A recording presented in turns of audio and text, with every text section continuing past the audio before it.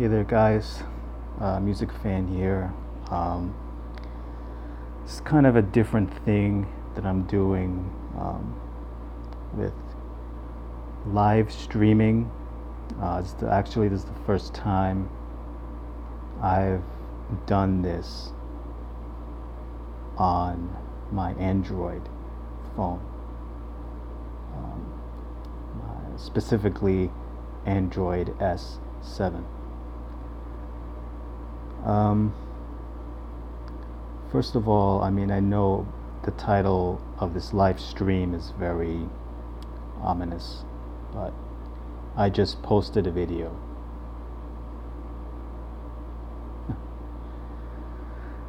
Well, I don't know what kind of person would dislike, or I don't know how the heck does this thing work.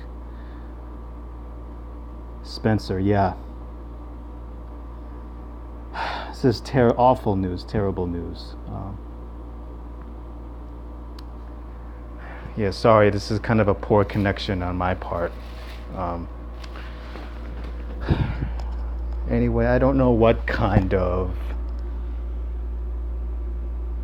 Pratt decided to dislike, but whatever, man. Whatever.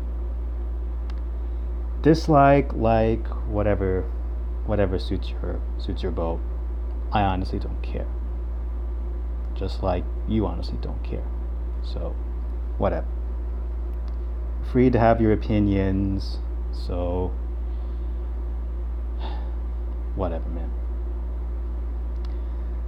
What we're here today is to talk about everything Linkin Park. Everything Linkin Park. Because if you have been subscribed to my channel, you would see that over the years I've posted a lot of Linkin Park videos. In fact, when I first started my channel, Linkin Park was the first. Well, actually, no, not the first. The second band that I covered on this channel.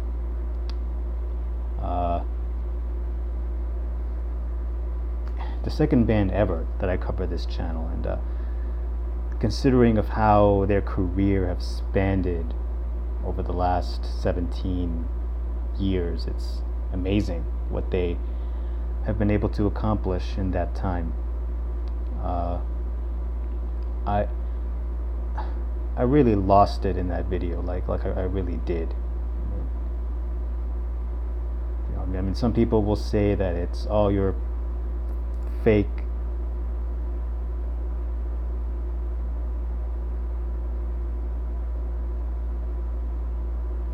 Yeah, Spencer. I mentioned in the video too. It's just so mind-boggling to think. Like a month or so ago, we lose Chris Cornell, and now this is just. It blows my mind. It's so weird. It really does. It really does blow my mind. The reason why that this guts me so much is that, like everybody else, Linkin Park was a staple of my childhood. They were a staple of my time in high school. I was, and partially middle school, I think. I remember I moved into my new house.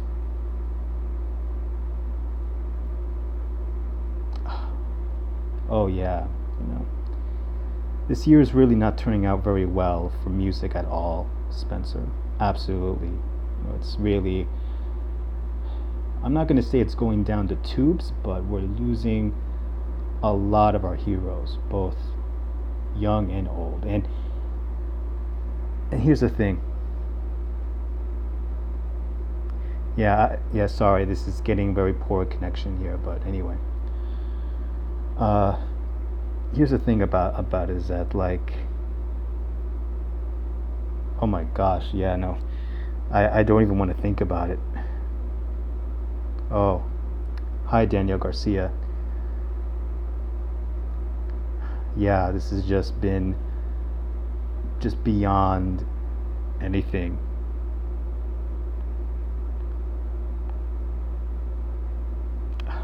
Completely agree, film lover.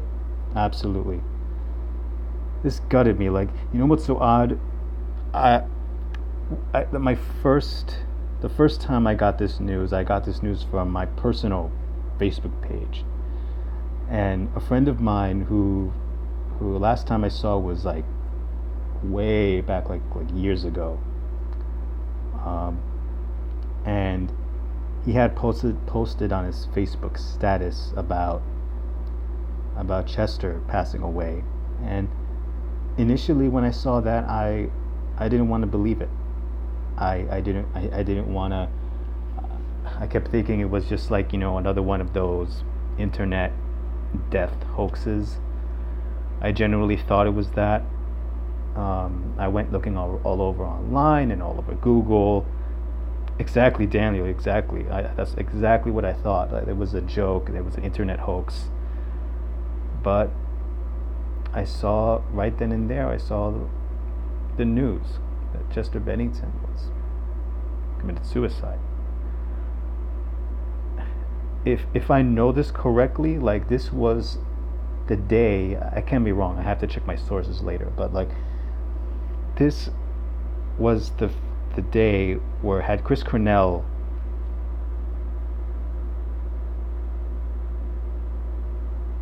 oh, absolutely, Spencer. Take care, man. Really take care of yourself. Like, really, really take care of yourself. And it's a super harsh world out there, man.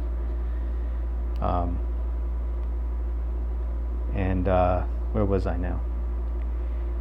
Yeah, I mean, this today was, had Chris Cornell had lived, this would have been his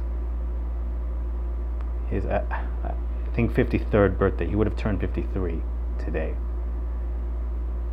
There's sources going around at this time that one of the prime reasons, and this is not an official thing, this is just speculation, as usually what happens in. Yeah, thanks a lot, Spencer. I mean, I've gone live before because I still have, but I used to use an iPod Touch. I think it was 7th generation or something. I don't know.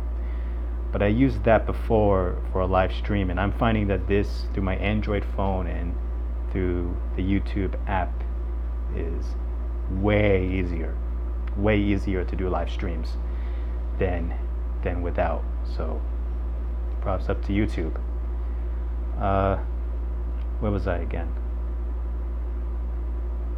Don't remember.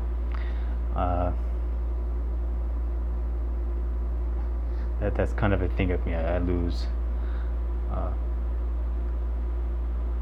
Oh, thanks, Danielle. Yeah, it was working fine. Like sometimes, I mean, this is the first time I've actually tried out this live stream thing through the Android phone. I haven't tried a live stream with this before, so sometimes there was poor connection here and there, but it's fine now. So yeah, so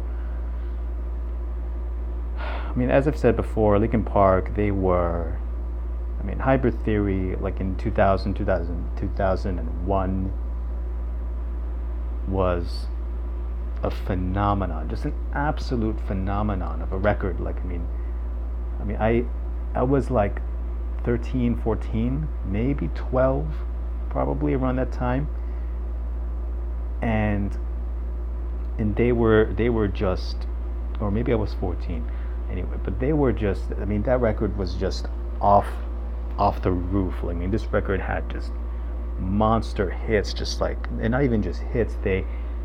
This was around the time when nu metal was on the rise. This was the era of Limp Bizkit, Korn, Slipknot. I forget this other band's name. Also Rage Against the Machine.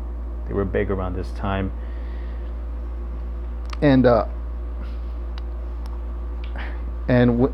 Linkin Park at the time, they kind of came out with this very still nu metal sound, but at the same time they also incorporated a lot of different elements to kind of blend together.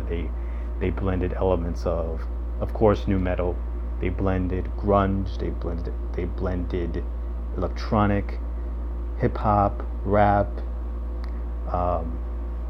rock vocalization. You know, all this different stuff into this unique album. That I think if the last time I checked, it sold like it was like diamond status. I mean, I could be wrong about that, but it was astronomically successful. I mean, it's obvious that no matter what they did, they just could not top it in terms of sales. So up until today, that's where they are going to be judged by. But anyways, yeah, I mean, like all the videos from that album, Crawling, One Step Closer, In the End, that was a monster of a song. That particular track, I mean, that was the music video. I mean, this is like, I think this was still around the era of like, I think the Sega Dreamcast, or I could be wrong, and like PlayStation 2, I think. I don't know, but the video for In the End was just cutting edge at that time. It was just like, I mean, you know, you had like the canyon landscape all over, and then you had this big gargoyle monster thing, you know, like computer animated in the middle, and you know, and Chester kind of coming out and, you know, doing his thing, and the rest of the band. I mean, it was an awesome video. Nowadays, though, the graphics seem very standard, seem very way below standard compared to nowadays. But that video was just astronomical. That video. Then 2003, Meteora comes out, and I think I remember a friend of mine, because this was, I really don't want to sound like an old guy, but this was like around high school, 2003, when Meteora came out, and I remember, you know, a friend of mine had burned a CD at that time. He had burned like a copy CD of all the songs off of Meteora, and his friend gave it to me, and I heard the album. Oh yeah, poor connection again. Again, this is the first time I've tried this live stream video, but yeah, maybe hopefully in the future when I go for these streams later, then it will hopefully get better from there. Anyway, I was completely enamored by Meteora, just the complete experience of that record. Again, there was Somewhere I Belong. There was also Faint, and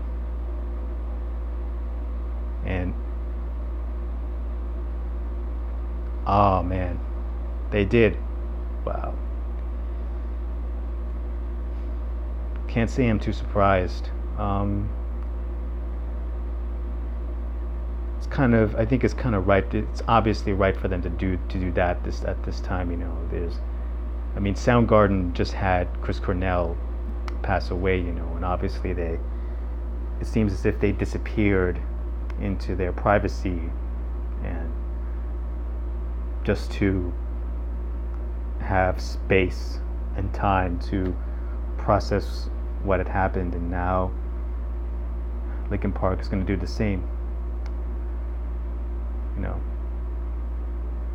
I mean, obviously later on there's going to be talks about if there's going to be singers to replace Chester or anything, you know, that's going to come a lot later down the line. But now it's just not the right time to do that.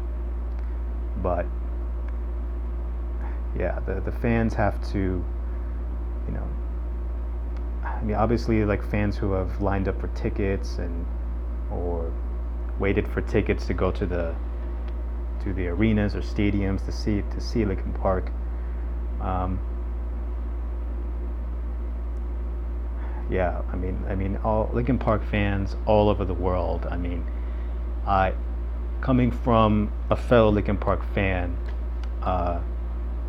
who pretty much has been with them since Hybrid Theory. I mean, I share this pain along with you guys. Like, sincerely, I really share this pain with each and every one of you right now as a fan. It's a sad day today for all Linkin Park fans, but even though we're not together physically, spiritually we are united as Linkin Park fans. So let's just come together and just not just remember what Linkin Park meant to each and every one of us, but remember the music they left behind. You know, the thing that really makes this sad is just that they had a lot more in them. Yeah, Daniel, absolutely. I mean, I remember like having a copy, like another like burnt CD. For those of you who are a little too young to know, when I mean by burnt CD, I'm not saying that we got a CD and burnt it in the fire.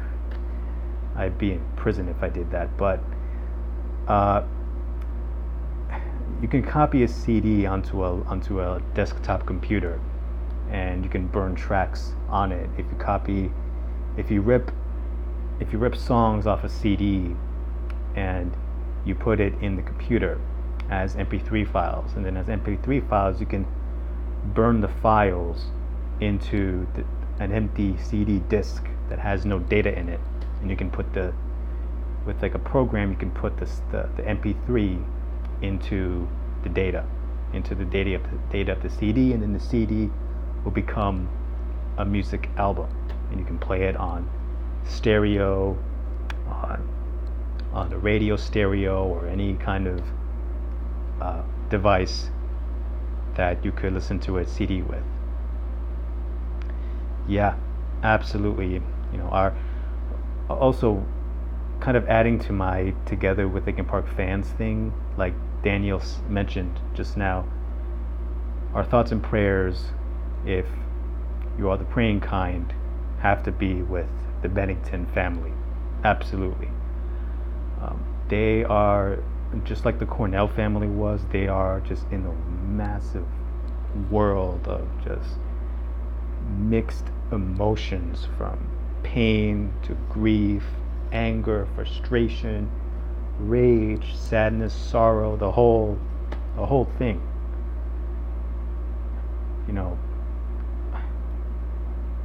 we have to unite with them also as well. They, along with the band, they need the most consolation out of anybody. And, you know, that's absolutely true.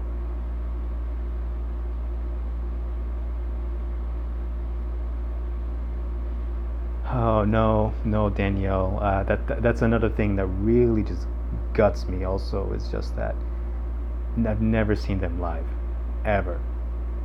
Not in person, at least. That's just another part that really guts me. That I'll never get to see Chester live and in person, or even just to have the conversation. Like, I mean, me seeing Chester on a lot of YouTube videos, from interviews to documentaries to tour documentaries. I mean, he seemed like the most genuinely happy person ever in the world. You know, I mean, and of course I say that in a very nonchalant way. Obviously, just because someone is a celebrity obviously doesn't mean that your life is perfect or that everything is a-okay, you know. As a matter of fact, if you become a celebrity, then obviously that means that there are tons of more responsibilities along with the job that you do. So, but in interviews, he seemed to kind of handle himself extremely well. You know, and he seemed like the most down-to-earth guy, the most friendly person ever, you know. And yeah, but I've said this multiple times in all my Linkin Park videos, but it's really Chester's vocals, his singing performance is just peak. It's just his singing is like bar to none, or at least bar to few, at the very least. It was just impeccable.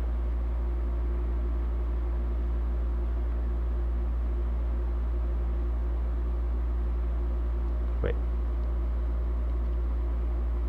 Organic oregano. Yeah.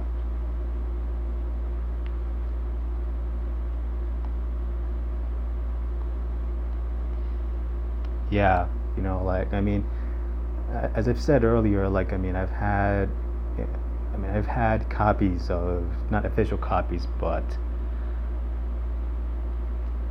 yeah, yeah, one of the most unique and best singing voices in rock. 100% true. 100%. I mean, listen to the Hybrid Theory EP, not the album. Of course, the album obviously his singing is great, but the EP, the Hybrid Theory EP, is just immaculate with just Chester's vocal performance on that EP. Like, those songs are just amazing. Like, all his, especially in the last track, Part of Me is just, I mean, all the songs off there, Carousel, and what's the other song, And One. His vocal performance on And One is just chilling, just super chilling to the bone, like literally, like that vocal. When you hear that song and you hear Chester's voice, it's just gives you goosebumps all over.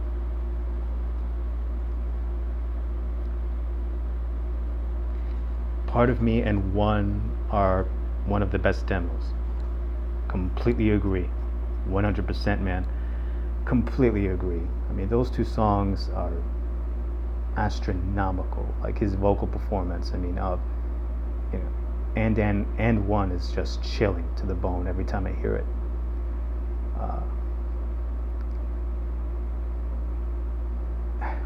I was on a Linkin Park history thing. So 2003, that was Meteora, and then obviously, as you guys know, there was a huge gap between Meteora and Minutes to Midnight, the eventual album that came out in 2007.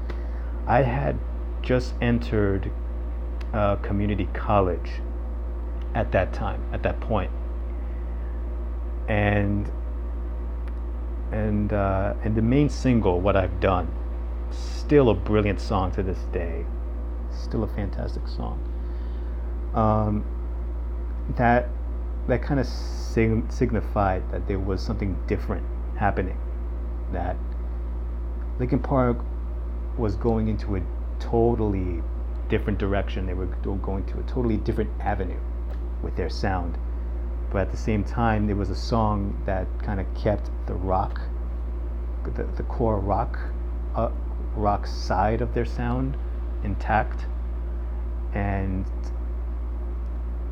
honestly, when looking back on it now, like, it almost seemed very not so indicative of what the rest of the album sounded like. I mean, the whole Minutes to Midnight album, when I first heard it, I mean, honestly, I wasn't so much kind of like 99.9% of the fans were. They were kind of like, oh my gosh, this is so shocking. Like, for me, the first time I heard it, I absolutely loved it. I loved the record. I loved that they were going somewhere different. I thought Shadow of the Day sounded a lot like With or Without You by U2, but still an awesome song nonetheless. I mean, it's no With or Without You, but Shadow of the Day is still a pretty awesome song. And Hands Held High, that track with Mike Shinoda on it, was a really different track. I mean, the album had a bit more political overtones to their songs. I mean, Hands Held High is one of them. Of course, this was around the time of the George W. Bush II era. Like the gas prices were astronomically high, and the war in Iraq was going for a long time, and then Katrina. No, not Katrina. Was it Katrina? I think it was Katrina. I could be wrong. Again, I don't have my sources on me now. That happened, and also, I mean, that was the basis for the little things that give you away. I mean, the first time I heard that song, I was kind of like, I mean, not mad, but it was kind of like, sounds pretty cool and very intense. I just kind of thought at the time, in 2007, I thought that was kind of like way too much of Mothers of the Disappeared from Joshua Tree. I thought that it was at the time, but nowadays when I hear that song, well, till today actually, again, like I've said, with one fantastic vocal performance from Chester. Like, he's such a brilliant singer.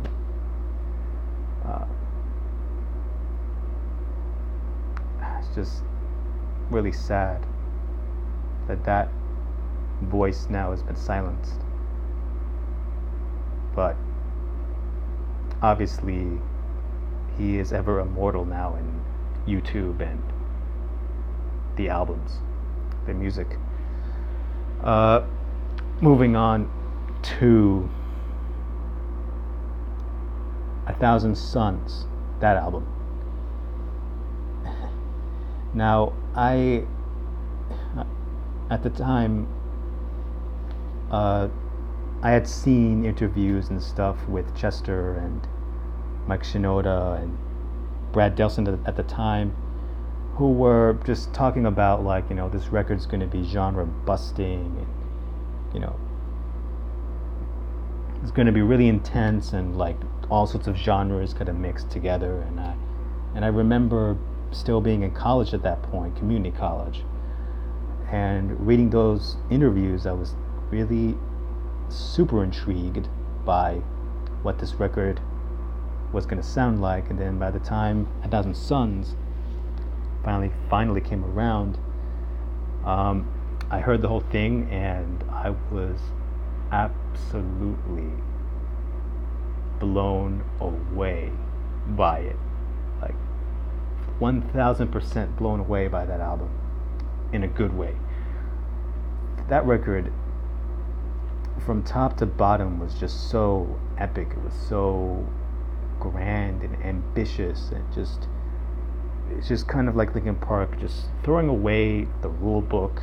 Who cares about the rule book? Screw the rule book, and let's just create pure, authentic music from our. Sorry for the mic. I almost hit the mic. Oh man, Danielle. So, wow.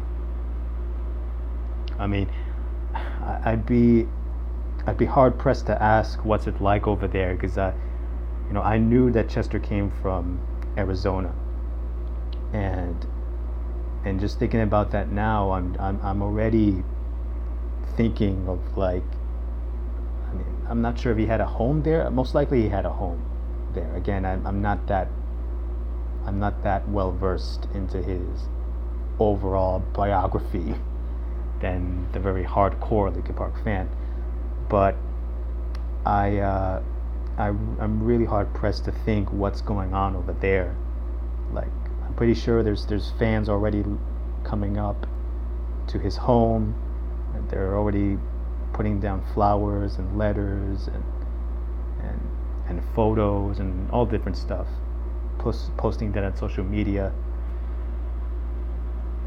Yeah, as I thought, he did have a home in Arizona. Yeah, I'm pretty sure there's like lots of fans right there, over there right now, and now there's a mural setting up.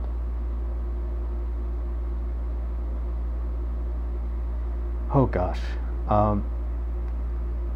You know what struck me when you had mentioned that? The lyrics to Shadow of the Day. If I can remember them. In cards and flowers along your window. Your friends all came here to stay. I don't exactly remember all the words. Sometimes beginnings are so simple, sometimes goodbye is the only way. Oh my gosh,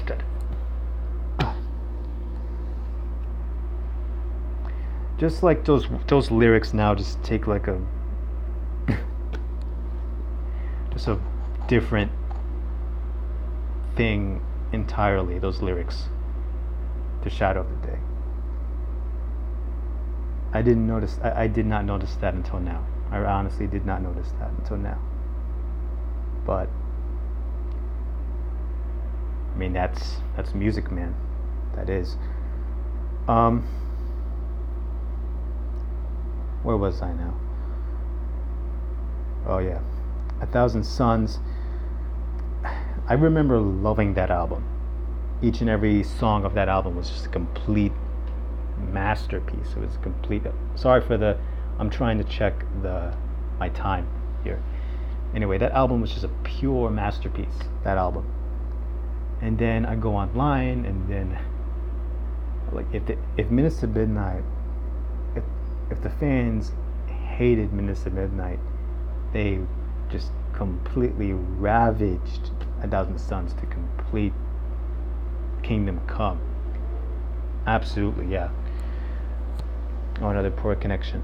Anyway, yeah, that record came out and there was like a whole uproar from like tons of Linkin Park fans, especially the fans that wanted the band to repeat Hybrid Theory.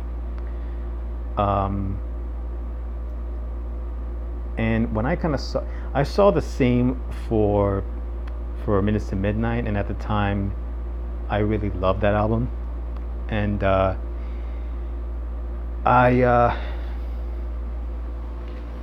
really didn't agree with any of that. I at the time I didn't really buy into the whole, like 1,000, like Minutes to Midnight. It's not Hybrid Theory. Crap. There's a piece of junk. I hate it.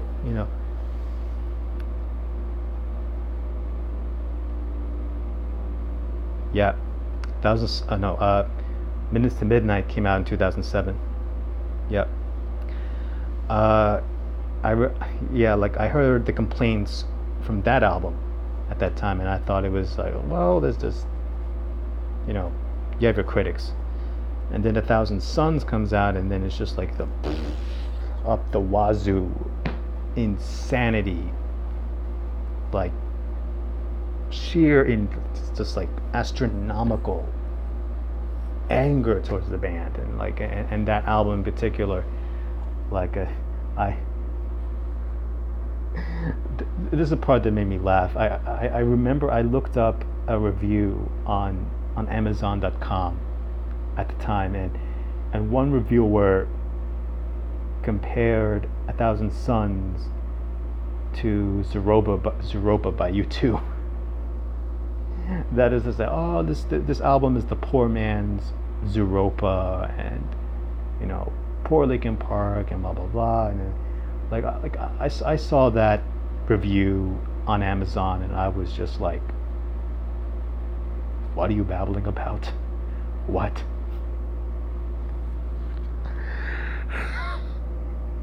I'm just like losing, like what? like weird. But I could see his point though, because this person was like, like because it sounded so spacey and electronic, much bigger emphasis on the electronic side. There was some rock and roll in it, but it wasn't too much, as much as before. And yeah, but I vigorously, you can look at my videos I posted at the time, but I vigorously defended this record, like seriously defended this record, because I thought that at the time, today I still think that this record was just the peak, the pinnacle of Linkin Park at their absolute best. It was ambitious, it was epic beyond all scale, at least in Linkin Park's standard. And it was an album that was just a complete oral experience. It was a complete piece, it's like a movie in a way. It's like you're watching a movie, that album.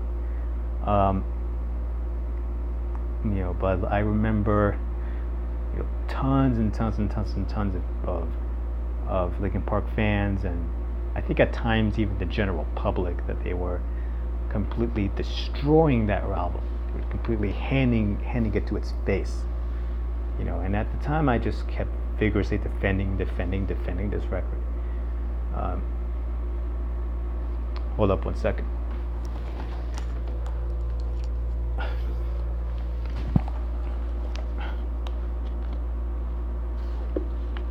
Just getting a little bit thirsty.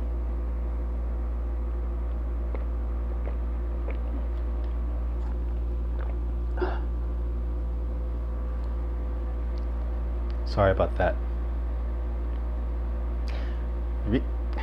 I don't know if I can't pronounce the name. Reese Lawson. That's a particular looking emoji. I don't know exactly what you mean by that, but oh.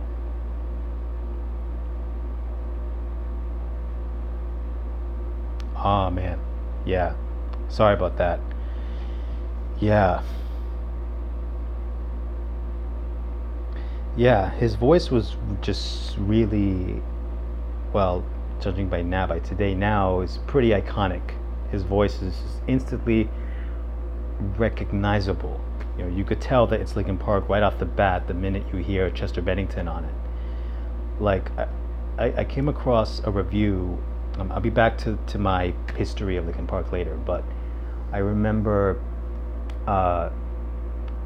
recently, I think last month, I was looking at a review of One More Light, and I remember seeing a review. Wait, hold up. Yeah, I remember seeing a review that the sound of One More Light was just so far, even further than 1,000 Suns, removed from what Linkin Park was associated with before, because you also have to remember the Hunting Party came out 2 years before, and it's, for me to date, that album's still my favorite Linkin Park album. But One More Light was such a different thing entirely. There was not much of a rock presence. There was guitar, but it was very subdued, a lot more than earlier Linkin Park albums. And what this reviewer had mentioned, that the only thing that is remotely recognizable to any of the songs of One More Light, that you could instantly think that it's remotely Linkin Park, was Chester's voice. That's it. That was the only major familiarity that the general public can process in their head and think that, oh, that's Linkin Park? That's the singer of Linkin Park. So yeah, his voice has definitely become iconic.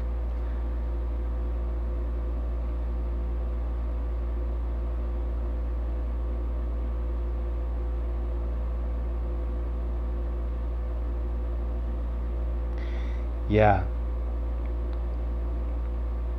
Uh, I can't say. If there's one thing I have to absolutely say, and I even say this outside of my channel, is that I am. I mean, this is a kind of a well, no. I really ruin names a lot. Like, like I'm really terrible with names. So I apologize if I mispronounce all your names. Um, I'm absolutely terrible at it. uh, Bordelon. I think that's your last name, Bordelon. Uh, Again, I'm awful with names. Uh, mm. Oh, that's cool. Yeah, that's cool. Has gotten into heavier styles of metal. So I guess this could probably, in a way, this could indicate that Linkin Park was the first band with a very legitimately aggressive sound that opened your worldview. It opened your horizons to whatever you were listening to before into heavier styles of music. So without Linkin Park, without Chester Bennington, your horizons in oh, poor connection again. Anyway, without Linkin Park, without Hybrid Theory, the album, your horizons wouldn't have been opened to the more aggressive, more heavier styles of heavy metal. So definitely you have a lot of props and respects, like exactly what you said, to give to them. Because without Linkin Park, you would not get into heavier styles of metal. Uh, yeah, yeah. One More Light is a good album, Danielle. The, the thing, I was just watching Cover Killer Nation's video on Chester's passing, and he had mentioned that One More Light, when you look at it now, in light of Chester's passing, it's just so. I haven't heard any Linkin Park songs yet since this news, honestly. But just thinking about the songs and thinking about the lyrics is just ominous. It's just, you know. I mean, I don't know. I don't know how I'm gonna feel when I listen to Linkin Park's music now, with this piece of news in the back of my mind. But um, I don't know. Maybe it begs for a discography re-review of their catalog. Honestly, I I did have in the cards of going on a Linkin Park discography re-review, and I was going to talk about each and every one of their albums all over again. But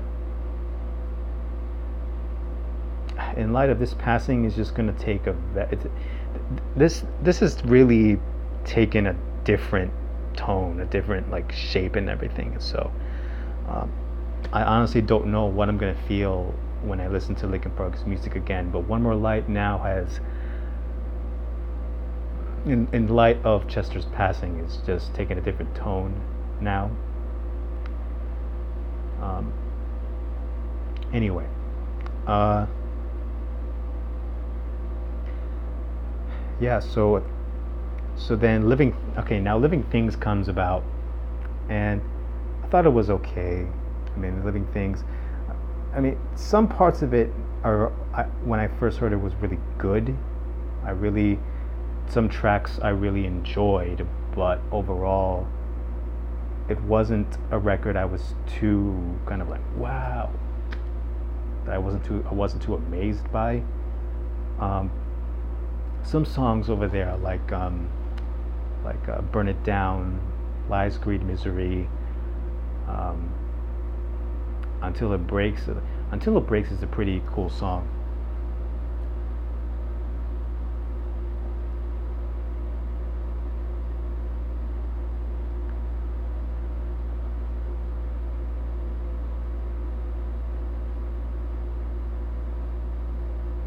Yeah, yeah, Bordelon. Yeah, I'm sorry if I mispronounced your name, but yeah. Yeah, 1998. Same. Yeah, it's gonna take an entirely different theme now in light of this recent news. Um, it's I funny thing about One More Light is that like I originally, oh yeah, yeah, that's awesome, Daniel, that's really awesome. Wait, so you mean the first ever album you bought, period? Like Hybrid Theory was the very first CD you bought at a store before you started to collect more. I'm just kind of curious about that. Yeah, again, poor connection. Dang.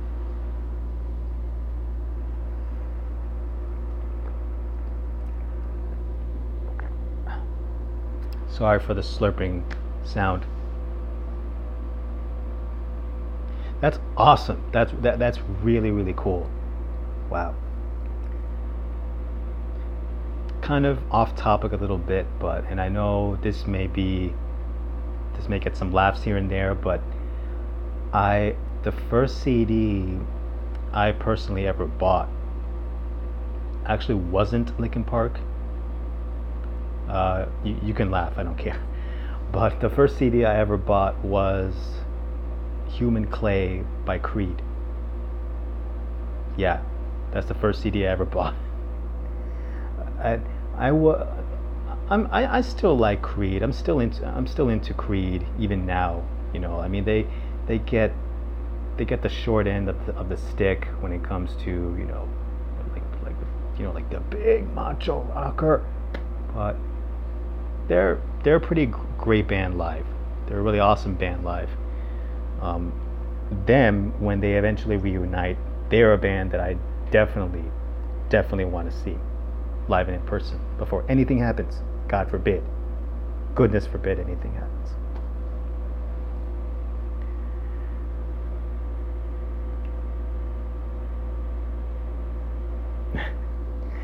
What was the point of the memes? You'd have to ask. Honestly, I haven't really seen any memes concerning crawling. Uh, you'd have to ask the people who posted those. I do. I will. I'm not sure if this live stream thing is going to have a description box, but I'll check to see later on. But I'm gonna link down a video I found years ago. It's a pretty funny, hilarious video.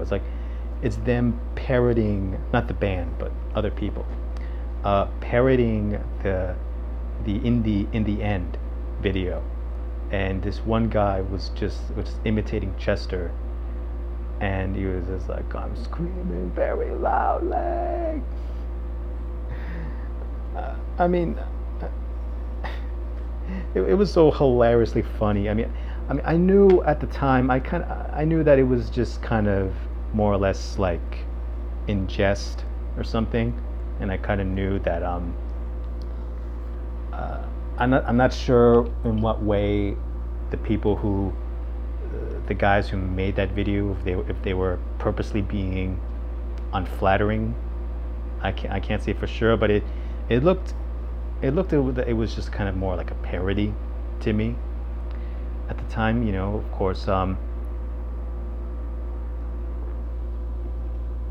Of course, nowadays, I mean, with today, that's a whole nother thing. But yeah, I don't get it either. But people have their feelings and have their opinion, and just like I have my feelings and my opinion. So I don't know whatever person disliked my video that I posted just now. Doesn't matter. Uh,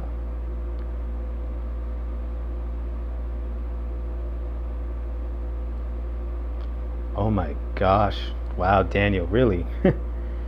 First cassette. Joshua Tree was the first cassette tape. Wow, that's mind blowing. That's mind-blowing. That's wow. Also considering that U2 is touring right now with Joshua Tree, right now in Europe. Um, Side note, I made a couple of videos concerning my trip to the Joshua Tree show in the MetLife Stadium in East Rutherford.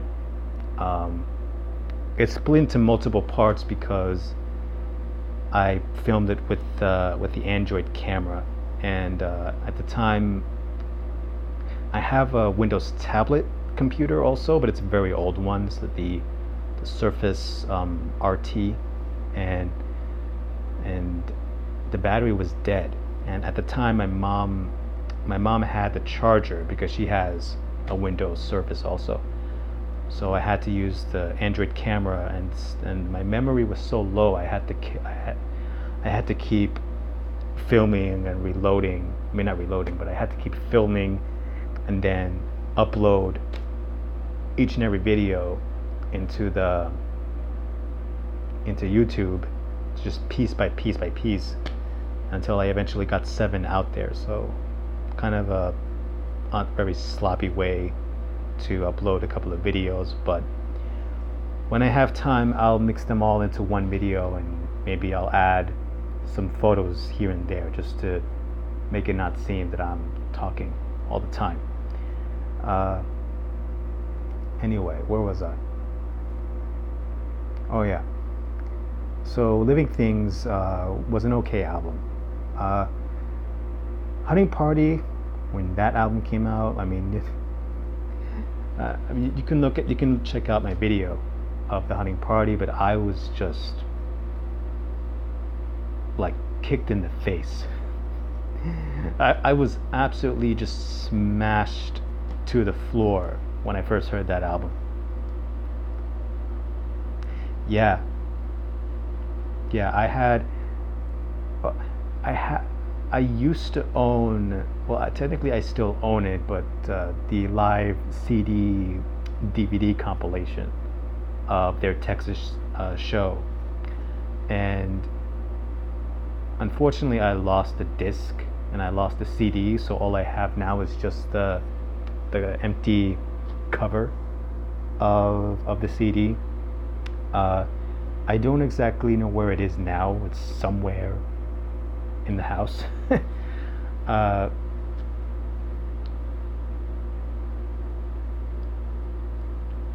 That's cool. That's really, really cool. Um, Reanimation. Oh my gosh. I mean, one of my regrets is that I haven't gotten around to Reanimation yet. I really haven't, and I really want to. It's been such a long while since I've heard Reanimation in its entirety. I've heard it a couple of times over the years, but I never got around to reviewing the whole thing. Now, with Linkin Park, I kind of have to now.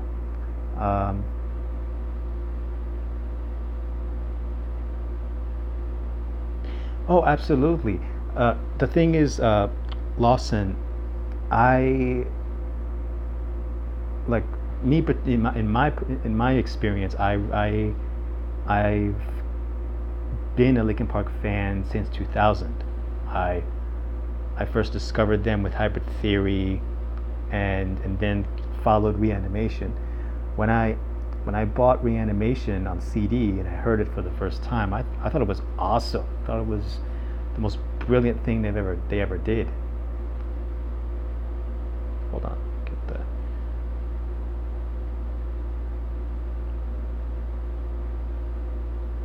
Oh, that's interesting. Mike Shinoda was heavily involved with every song, with every mixing of every single song. He basically produced it. Every single. Oh, that's interesting. Very similar to Meteora, the electronics. Okay, that's very interesting. That's really interesting, because then that only speaks to how especially records like Minutes to Midnight and A Thousand Suns in particular. Wow, I never thought of that before. Wow, crap. I never thought of it that way. Wow, that makes total sense. Actually, that really does make a whole lot of sense now. I mean, listen to 1,000 Suns, and it's all Mike Shinoda. Like the electronics, the glitches, the samples, the arrangements. Like it's a completely Mike Shinoda influenced record. Wow, didn't know that. Thanks. Let me look at any more comments. Yeah.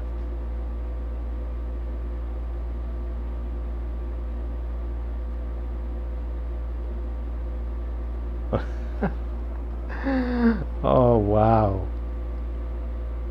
Wait, I'm trying to get the comments back up. Oh wow, Lawson, I never thought of that. I never thought of it that way before. You know what's so funny? Going back to Amazon.com, sorry, I'm scratching my arm because I'm holding the Android with my hand. Back to Amazon, I went looking at Amazon.com after I first heard 1,000 Suns, and yeah, sorry, checking the thing, and one reviewer called 1,000 Suns Linkin Park's Poor Dark Side of the Moon. I was like, what? What are you doing, man? But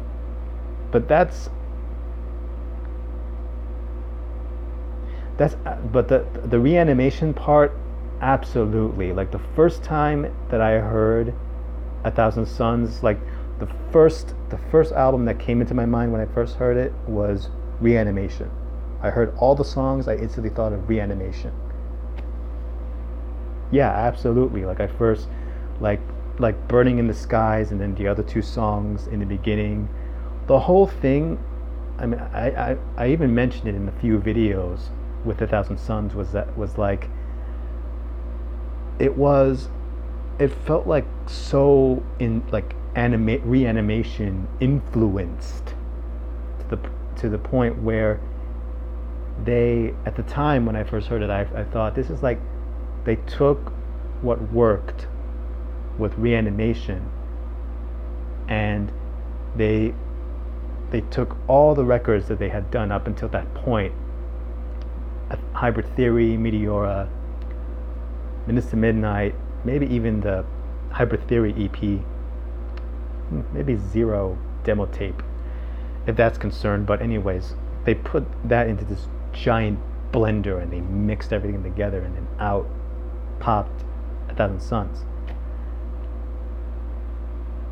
Yeah, the Pink Floyd vibe I definitely get. The Pink Floyd aspect of it I get, considering that it's a complete experience of a record. I mean, you have like these very short intros, like Jornada del Muerto. You have the Radiance, the Requients, Wisdom, Justice, and Love. Those short interludes that were very dark side of the moon-esque. You know, that whole album was very Dark Side of the Moon like, and the Coldplay one was like iridescent.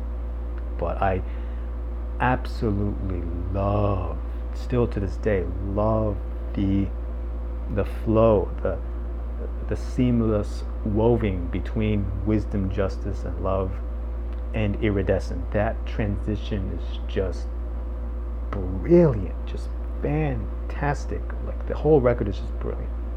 And this is why when I saw all the comments saying, this is not Hybrid Theory, this is crap, like I was like, really? Oh wow, the Jay-Z collaboration. I've yet to actually talk about the Jay-Z collaboration. I've yet to talk about it. I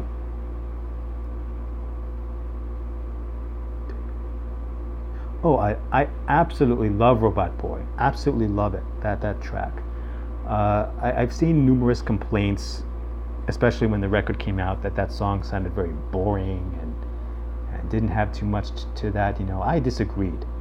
When I first heard that song, I was instantly reminded of the Beach Boys. I know that's kind of a very weird analogy to draw from, but the Beach Boys, you listen to Brian Wilson and his harmonies, they're just very harmonious. Like, I mean, I can't describe it because like it's just difficult to. You have to look up yourselves, especially the Smile sessions from the Beach Boys. Especially a song like Heroes and Villains. Look up Heroes and Villains. That track has lots of different vocalizations. It's almost completely vocal, completely by voice. And when I first heard Robot Boy, I thought of the Beach Boys right away because Brian Wilson had such a beautiful vocal harmonies, and I thought of that when I first heard Robot Boy, especially if you hear the beginning of Robot Boy. But I love the lyrics to that song. The lyrics I think are just very. They're like an old friend that comes to you when you're feeling down and you're feeling depressed.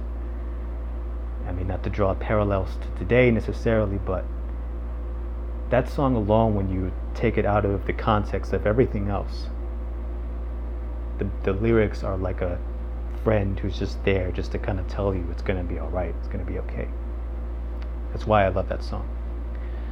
But yeah, the Jay-Z collaboration, I would really like to talk about that because I thought the concept was really interesting. It's not my favorite release ever.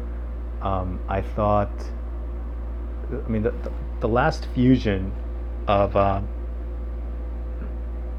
between it's One Step Closer and some other Jay-Z song. I don't remember. What was that song again?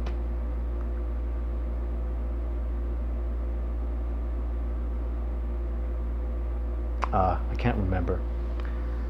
But it sounded awesome, and the DVD was pretty cool. Oh yeah, no, but yeah, the Numb with Jay-Z one, that was still to this day is just an awesome collaboration, absolutely amazing collaboration. What I'm talking about is the last track off the Collision Course collaboration. It was a Jay-Z song fused with One Step Closer, and I have it in the tip of my head.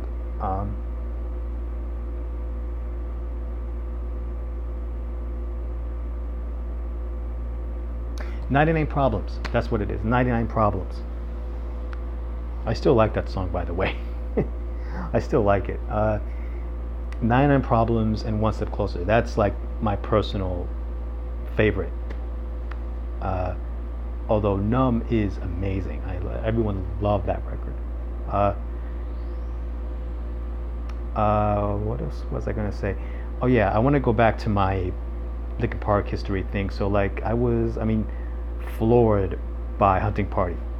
Absolutely taken by Hunting Party. Like, I mean, it's self-explanatory in the videos I've made about that record, about that album on YouTube. Look it up on the channel for yourselves. You can tell my expression is just like, what? Still today, I love that album. And also, I've already spoken about One More Light. I actually, just to make a confession to you guys, I did make a One More Light video like a month or two before, maybe last month, but I made it in my basement, and my basement is kind of like, it's not dark, it's not like a dark alleyway or something, but it was kind of dark. Like, I mean, I had to, in the middle of my filming of One More Light, the review, I had to turn back and turn on my lamp, because I thought it was the lighting was just way too dark, and I filmed the rest of the thing there. But I I did make a review of the One More Light album, but I haven't uploaded it yet. If I do, I'm going to add a disclaimer saying that this video was made at this particular date before this happened, and honestly I think I'm going to re-review the album. I'm going to re-review One More Light, because now with the news of Chester's passing, it's going to be different. It's going to be in a completely different experience listening to One More Light now. It's going to be very, very different. But I do want to review that record again. But I've said everything I need to say about One More Light. I said it in the video I made last year. Yeah, absolutely, yeah. The Zero tape. The Zero demo tape, for a demo tape, is awesome. Mark Wakefield, I mean, he didn't hold a candle to Chester at all, but regardless, he was a pretty good singer. So he was a pretty good screamer, a good vocalist, and he suited those earlier versions, the earlier versions of those songs.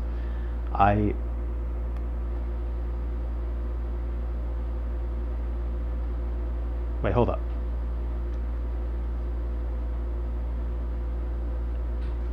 Three songs they found like 3 months ago.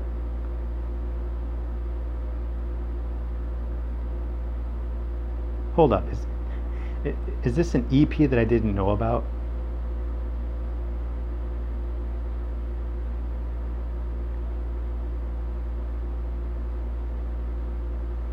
Wait, that's bizarre. I mean, no way. Seriously.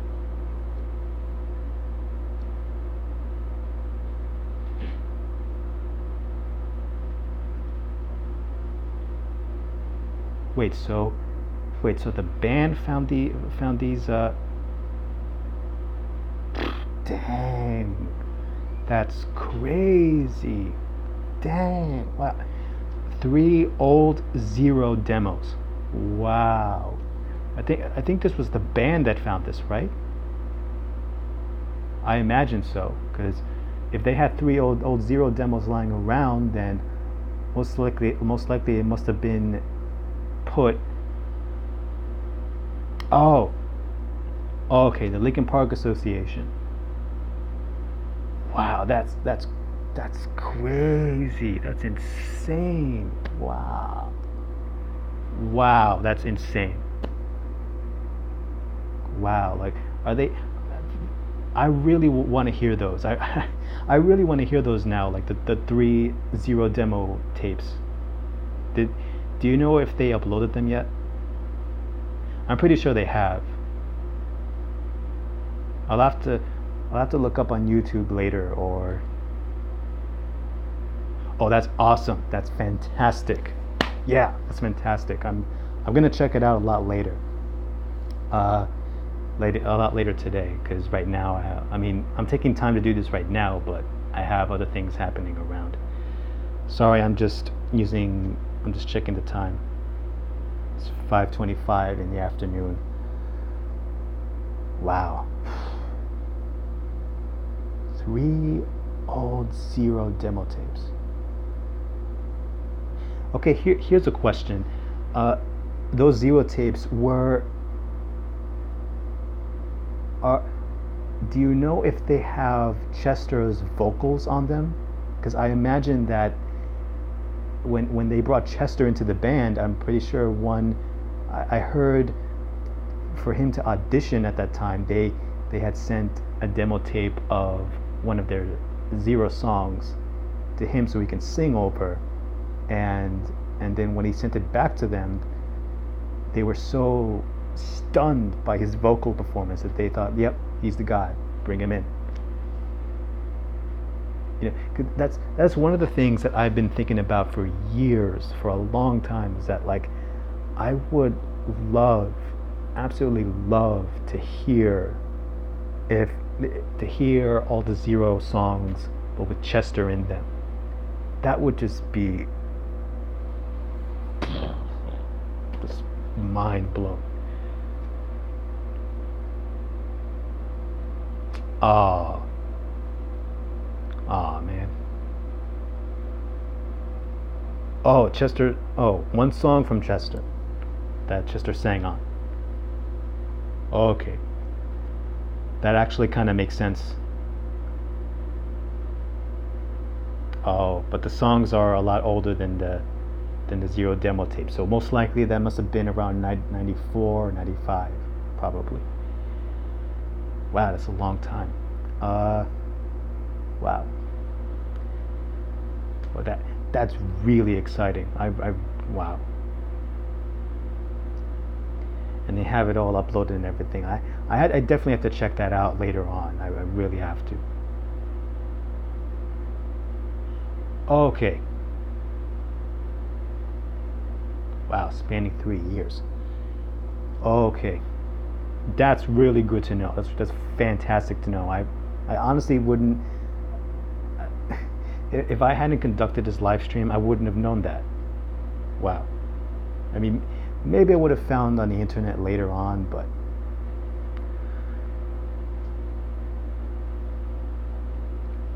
wow, that's crazy. That's insane.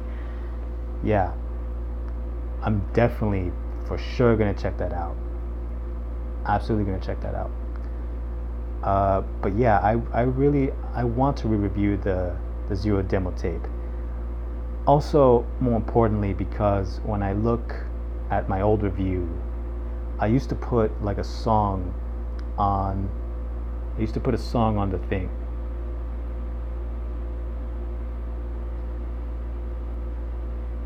Oh, really?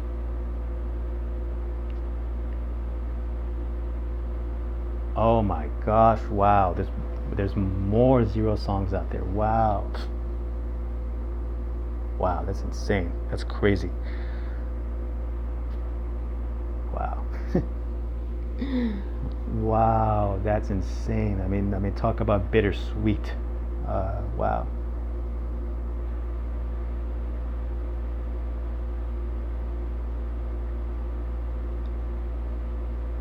Oh wow, that's actually pretty cool.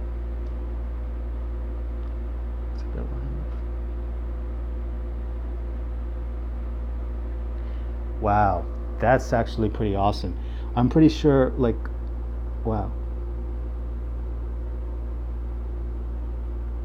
Whoa, whoa, half mixed versions of Hybrid Theory.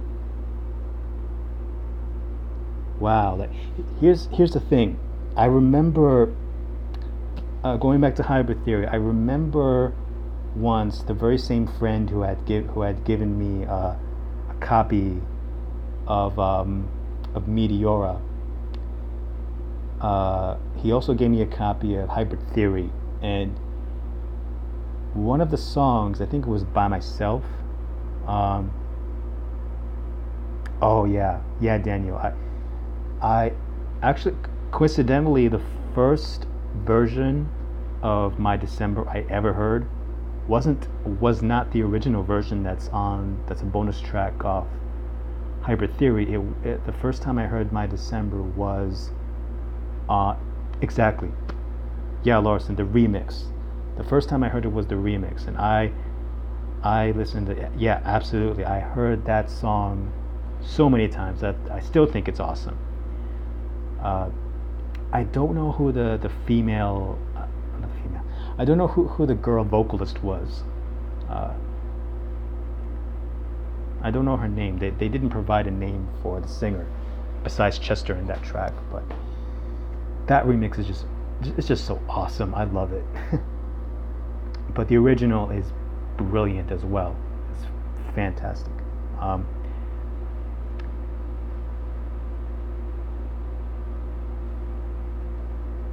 What the? Oh shoot! I did something. What did I do?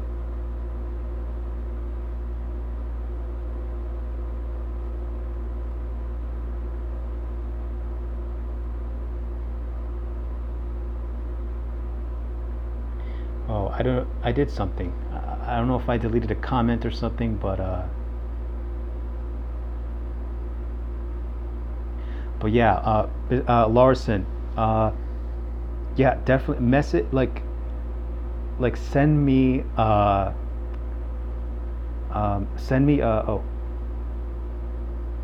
that's what I did. No, sorry. I must have deleted a comment or something by accident. If it was anything bad, I promise it was an accident. I didn't really mean to do that. But I somehow deleted uh, a comment. You know, like it's not out of meanness or anything. It's just an accident. But Larson, if I you can you can go to my Facebook page, Mr. Music Fan, and you can send me uh,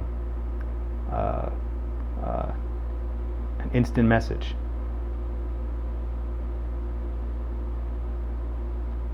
Yeah, yeah, you can find me on that, Mr. Music Fan at Mr. Music Fan 190 at gmail.com. You can definitely send me over there, instant message me, or email, however suits your awesomeness. uh, Someone just mentioned something about Joshua Tree, about you too. Uh, Actually, I do, Danielle. I do have a Twitter. Uh, I haven't put it up on the main YouTube site just yet. I think I have. I'm not exactly sure. I don't know. I don't know if I can switch between screens and let this thing still film. I don't want to take a risk and end the thing right now, but yes, I do have a Twitter. Again, you can. I think it's Mr. Music Fan at 190 Twitter. I think. I don't use it. I'm usually not as active on Twitter as I am on other. Well, now that I think about it, I'm not that active on Facebook much either. But I think I did recently made an Instagram. That's a news for you guys. I made an Instagram account of Mr. Music Fan, and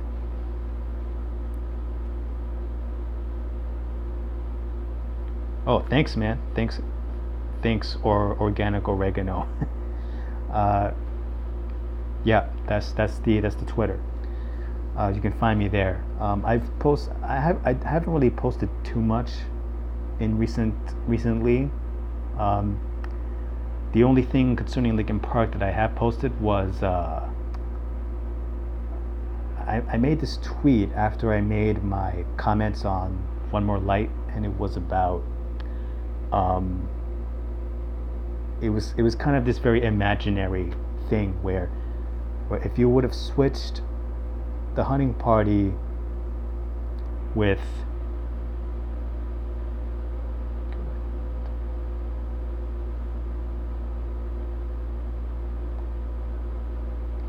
okay, let me see.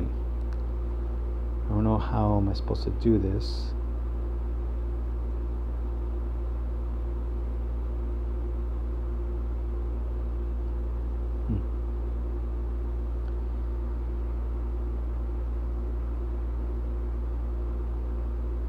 Checking the time again to the 5.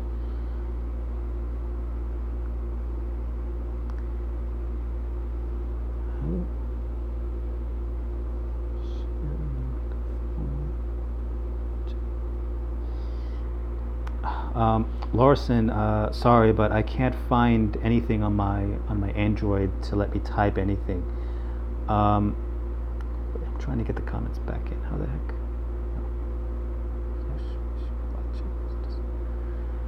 Okay. Okay, I think I mentioned my email address before. It's Mr. Music Fan 190 at gmail.com. I'd write it. I would write it. I could write it down on the chat if I wanted to, but I can't find any function on the live chat on the Android Android for me to do that.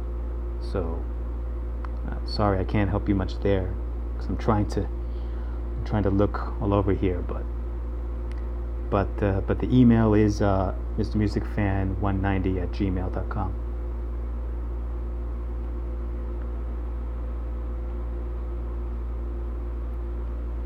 And by the way, like the tingly cymbal sounds on the My December remix is just amazing. I love that part.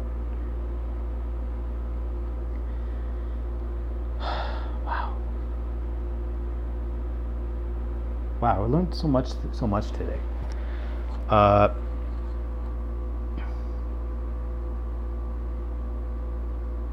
Wow, an hour and 21 minutes. It's cool.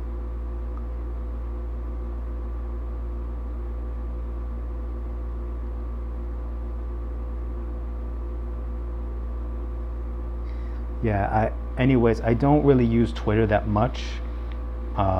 I only use it kind of like sparingly. But yeah.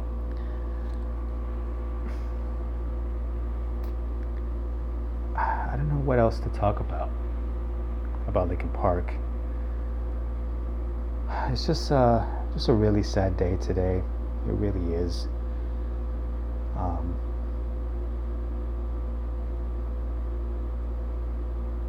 It's really sad. I think that one of the things that's been very insane is just, I mean, we lost Chris Cornell last month, and now it's Chester. I mean, I really don't want to. I really don't. I mean, and this is not because.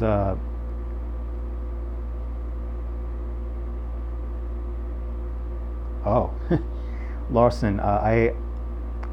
I think I explained earlier before about my first listen of Minutes to Midnight, but I can repeat it again. My first impression of Minutes to Midnight at the time was I liked it. Like, I really, really liked the new direction that the band was going in at that time. Even though in the comments from Amazon to YouTube at that time, everybody was just kind of going like, oh, this is not Hybrid Theory, this is not Meteora, this is a piece of crap. This thing has to die get run over by a bulldozer or something, or have to get drilled by an electric drill or something, whatever.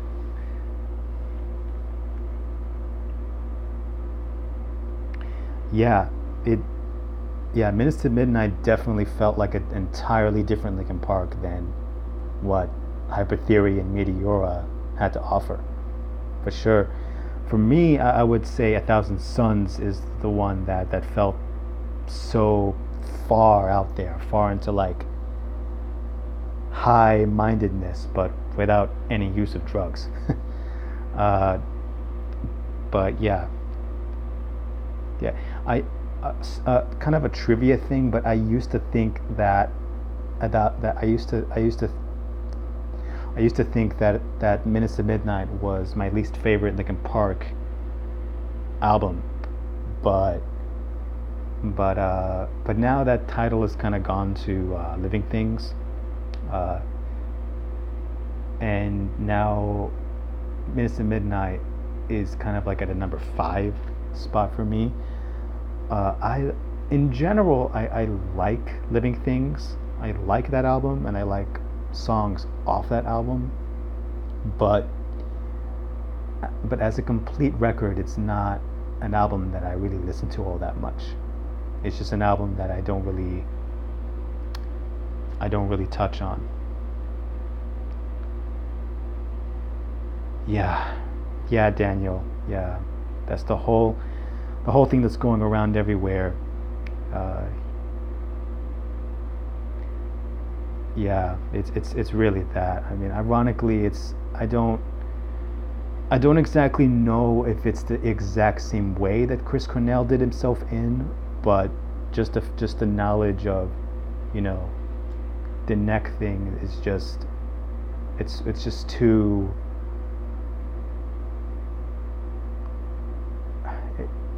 It's just way too coincidental.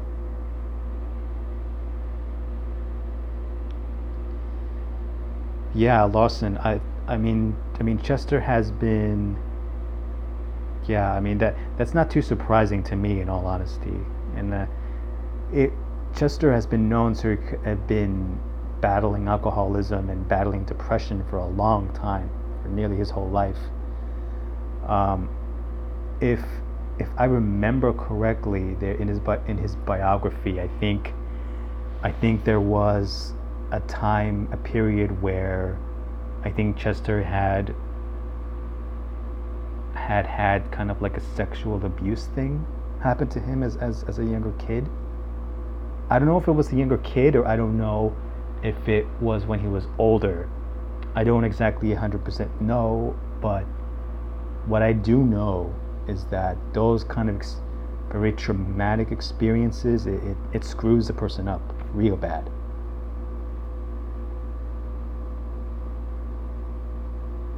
Yeah, yeah, absolutely, yeah, yeah, sexually abused and everything. Yeah, uh, in a way, I mean, I don't. The news itself is so surprising, but now considering,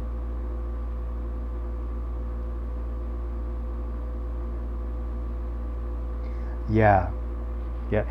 First, let me finish my first part. Like I knew right off the bat that, like, considering everything he had gone through, like it was, especially when you're in a situation like that, that really messes you up beyond anything.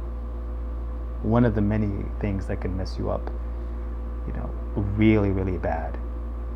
That kind of experience, which I don't even want to go there. You know, I just don't. Trying to get the comments back.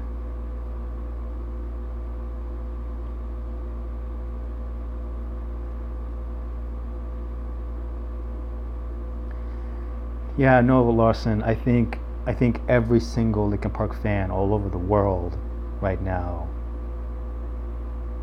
they are kind of in that mindset. They're in a time where now it's just complete introspection and just like, you know wondering and thinking and all this different stuff. But I tell myself this every single day, and I try to do this, but not to think too much. Just kind of saying that as an advice. I know I'm not the most ideal person to say that, because I rarely take that advice anyway. But thinking too much, really, I have a tendency of doing that. So, um, you know, I mean, and thinking is important, but yeah.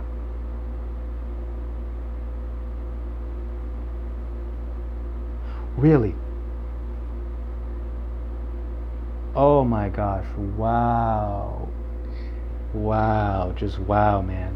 Wow! You are a lucky guy. Like, seriously, you are really, really, really lucky. And I say that with no malice whatsoever. I'm extremely proud and so lucky for you. Really, seriously. That's a privilege. That's really an honor. That really, really is.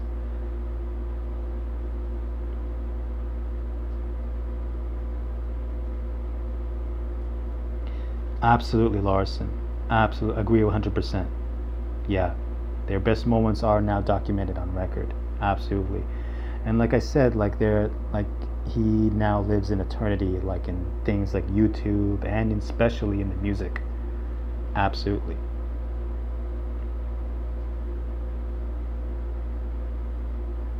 Oh, Daniel.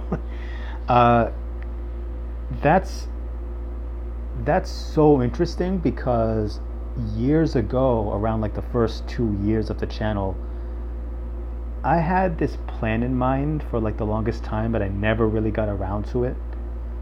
Um, Sorry. But a couple of times I had the idea of making a longer video about my record collection, but my CD collection. All the CDs I have. Doesn't matter if they're in mint condition or if they're kind of broken or anything. I mean, anything here and there. I had the idea of making a CD collection, but maybe just to test that thing out, that's a great idea. That really is a great idea. Yeah, it's an awesome idea. Yeah. Granted, I don't have. I mean, the only CDs physically I have from Linkin Park is, I think, did I have? I think I had Reanimation at one. I think I still have Reanimation, the physical copy, but the disc is kind of all scratched up on the bottom. So yeah, I think I have Reanimation, 1,000 Suns, Minutes to Midnight. I think, and I have the cover, or I think I do have the cover of the Live in Texas thing, but but then I would have to kind of look around my house and scour around everywhere just to find them. So maybe not today, but definitely soon. Wow.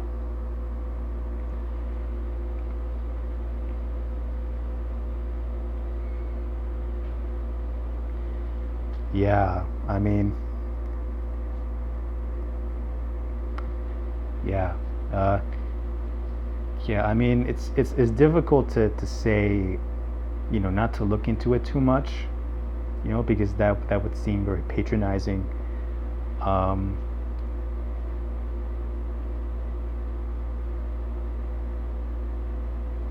yeah, I was saying this earlier too. I don't exactly know what the band is going to do. Maybe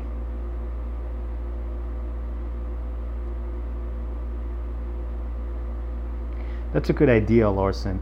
I think, and that's a good idea to have Mike be on the records, because Mike's a really good singer. Like, he really is. Like, the insane thing about, I remember, like, I was watching the documentary of Minutes to Midnight, and there was a part in it that Mike was saying about, because he had originally sung in some of the Linkin Park demos at that time, and Chester once told him, this was Mike Shinoda saying that, like, that Mike is a much better singer than Chester, and Mike was like, no way, absolutely not. So that's a Mike, like, in the, what was this? And the demo for Leave Out All the Rest, Mike Shinoda sings in that song. That's an awesome vocal, man. It really, really is. Mike Shinoda's a really good singer. Just look up the demo for Leave Out All the Rest, and you'll see what I mean. Either another singer for live shows, or just Mike singing on new records, or will Linkin Park break up? That's,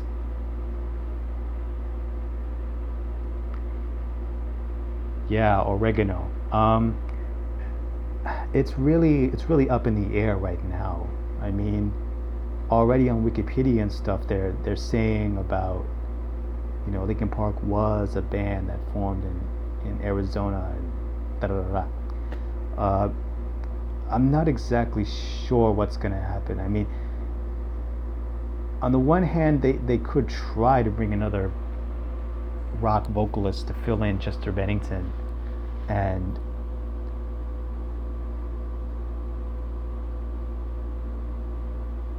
what's so odd about that? Like, I was thinking that they could bring back Wakeland, and he could be the new frontman for the band. Except my only one problem is that, like, I don't know how old he is right now, but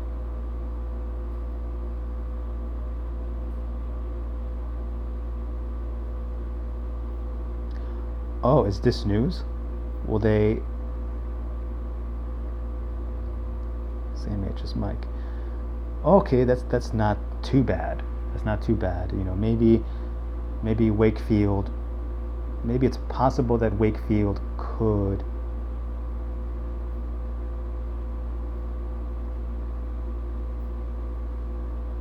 So if Larson, if you mean that they may bring. Oh, you mean for the album? I think they will do one more Linkin Park in tribute to Chester. They'll use vocals from unused demos on 3 songs or something. They probably will. I think most likely what's going to happen is like maybe like a demo or maybe kind of like a 3-4 song EP. Kind of reminds me of the No Plan EP from David Bowie. This was after Black Star, and that EP followed the Black Star album. So it wouldn't be too much out of place if there was an EP of in that same way.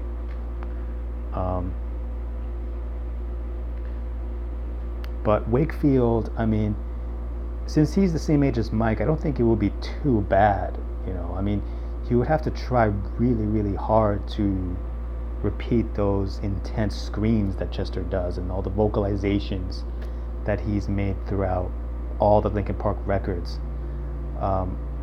Just as a quick side note, but I'm really flattered about that, about Wakefield retaking his place,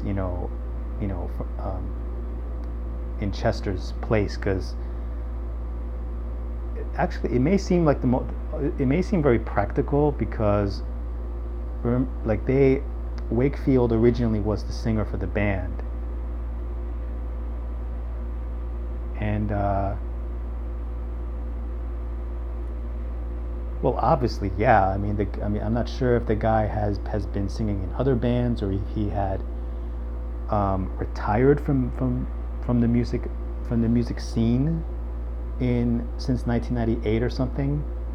I mean, he definitely would need tons and tons and tons of practice and tons of vocal workouts just to even come close to Chester's vocal range that he has made throughout all the Linkin Park songs, and I think not even then would do them justice. But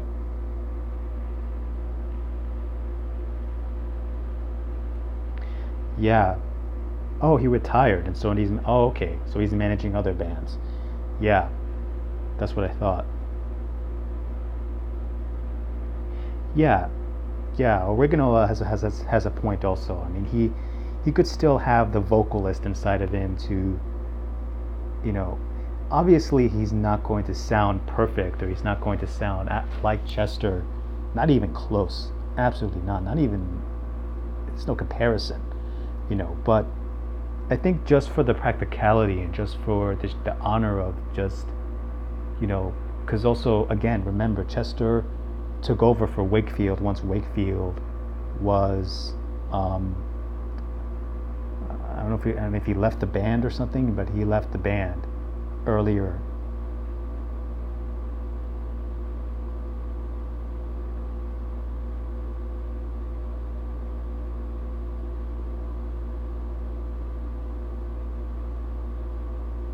Oh, wow, that's interesting. Yeah, if Scott Weiland would be a good replacement for live performances.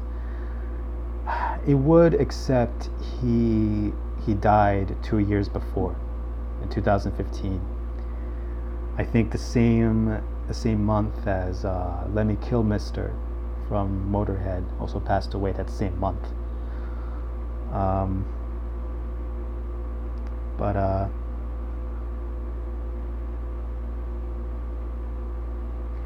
yeah, that's pretty cool. I mean, he managed System of a Down, so maybe he could get vocal training from Serge and maybe a little bit from Mike also too, just to get his voice back at least into live shape, maybe. Obviously he's not going to be like Chester, but at least he'll be good enough to at least be able to sing, at least, yeah, to be able to hold down a note or to hold down a key.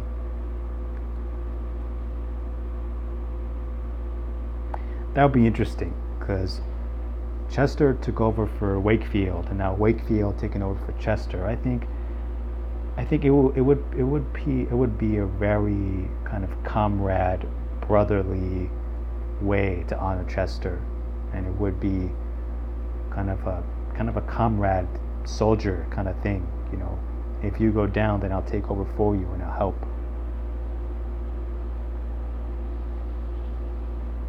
Yeah, absolutely. Yeah. I mean, that's the future of what's going to happen in light of this news. As to if the band is going to break up, I'm not entirely sure. I mean, look at Metallica. When Metallica lost Cliff Burton, there was also a very similar kind of feeling in the air. Like, I mean, is Metallica going to is Metallica going to go away because Cliff Burton died? Because he was a fantastic bass player. But instead, they just settled in for Jason Newsted, and they kept trucking from there. So I'm imagining that could be a possibility, that just because Chester's gone doesn't mean he'll, obviously as far as a frontman and a vocal prowess that he has, he's not going to hold anything to Chester. But like Jason Newsted is not Cliff Burton, but yet he held his own. He held his own in that particular band for a while. I mean, maybe Mark Wakefield could be the same thing. Maybe Mark Wakefield, while not being Chester, he could hold down the fort for a little longer.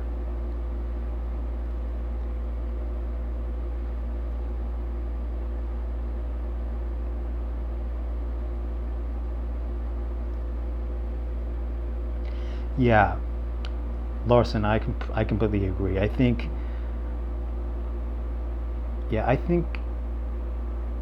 it's kind of a similar thing with Soundgarden. I feel that it felt like way too soon. It seemed as if like the band, this was a little too soon for them. Like it was, like they, not that they just got started, but they, I mean, One More Light was only their, what is this, their 6th album, their 7th album? I don't exactly remember.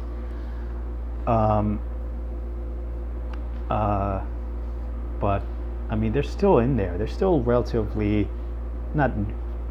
Excuse me. I mean, they're not a new band, but they still have plenty left in them. And then for Mike, it wouldn't be the same if any of them broke up, or if any of them, because I have a feeling that they still have the fire inside of them to create more. So I think, absolutely agreeing with Oregano, that they should obviously take some time off, process everything, take a break, maybe a year, maybe 2 years, maybe 3 years, take us however time they need, because this is heavy stuff. This is just a blow to everything they've ever known, and now they have to readjust every single little parameter. And I'm trying to get the comments in.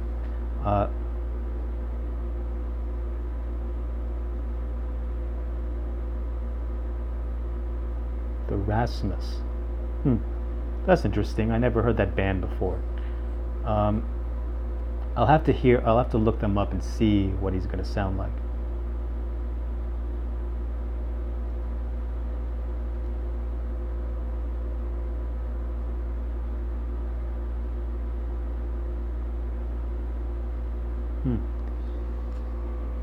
I didn't necessarily notice that they were overworked.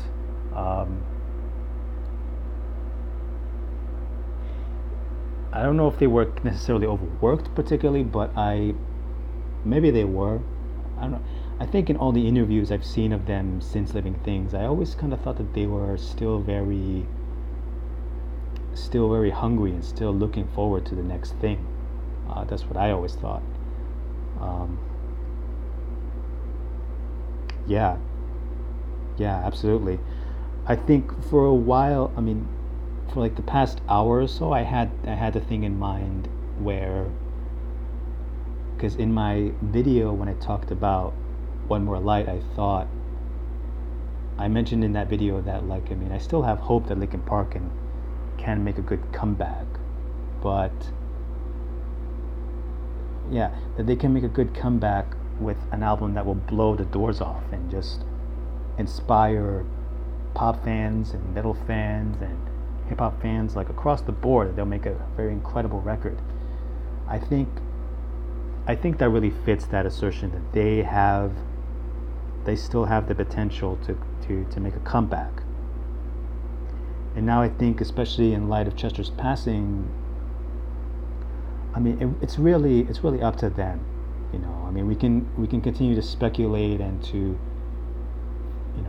think of if they're going to continue or not. But bottom line, it's ultimately their decision.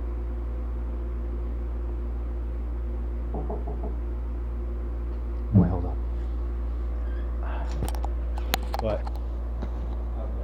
Where are you going? All right.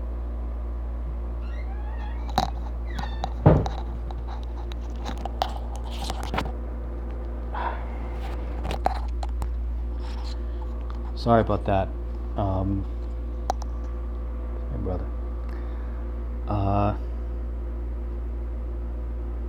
yeah, yeah. I think no. I think all of them. They really need to take a break now.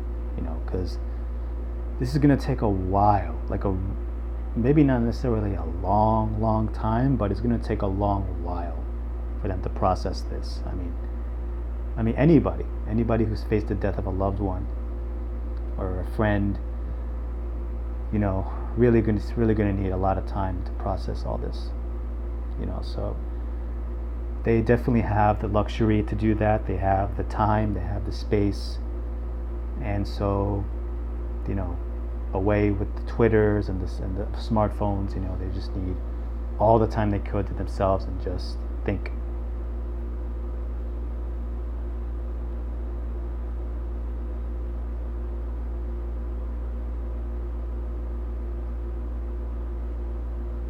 Oh, oh wow. Oh, thanks, Larson. That's really kind. That's really, yeah.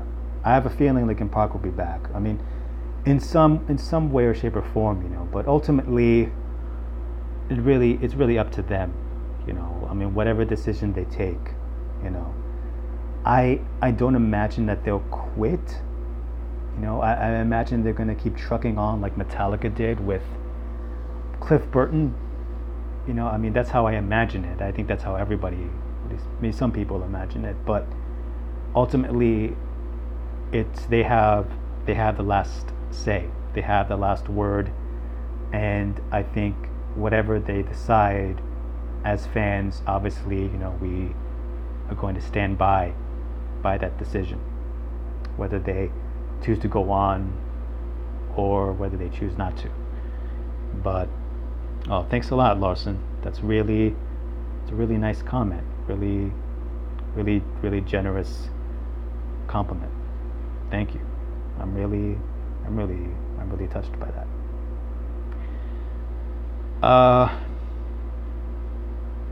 Okay, I don't have too much else to go on, but this was a really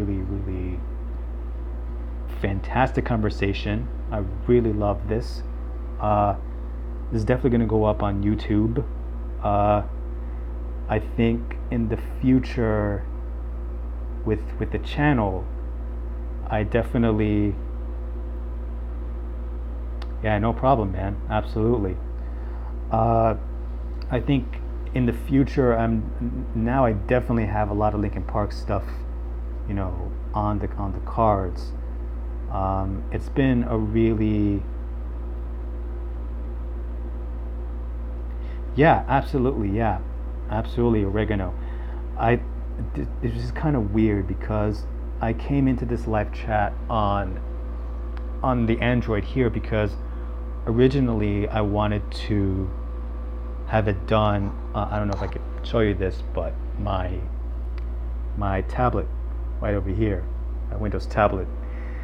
But it took way too long to load, and it took just way too long to just kind of start up. So I mean, this was in the heat of the moment when I first found out about the news. So I was just kind of like sobbing all over the place, and I was just kind of like, okay, screw this, screw the tablet. I'm gonna use the Android instead. So I ended up using the Android, and I was always kind of curious, like, because I know in the YouTube app there's a red icon with a camera on it, and it gives you certain options to go live or something. So I decided to go live, and here we are. But yeah, it's been really bittersweet today, because now with the knowledge of like new Zero material and of course you guys over here, it's a bittersweet day. It really is. But I want to go back very quickly before I end it for today. Where is this comment? I'm trying to look for this comment.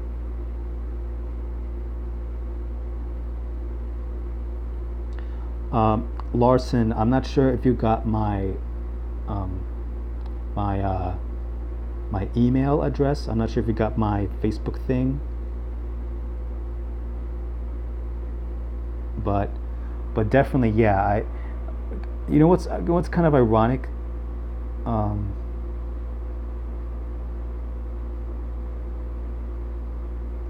Thanks a lot, man. No problem. Daniel, before I answer your question, just want to finish. You know what the ironic thing is, that like in the past I actually made live streams before, but that was from the iPod Touch that I still have, but I don't use it as much.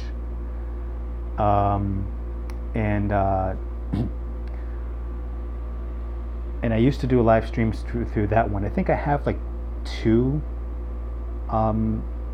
uploaded on the channel so far. They're kind of like an hour long or so. But sorry, I'm keep burping. The first one I actually ever did, it's on the channel, but it's on private. I did make one before, and in that one, this was like last year, and in that live stream that I made, I talked about all things. I talked about Green Day, I talked about Metallica, I talked about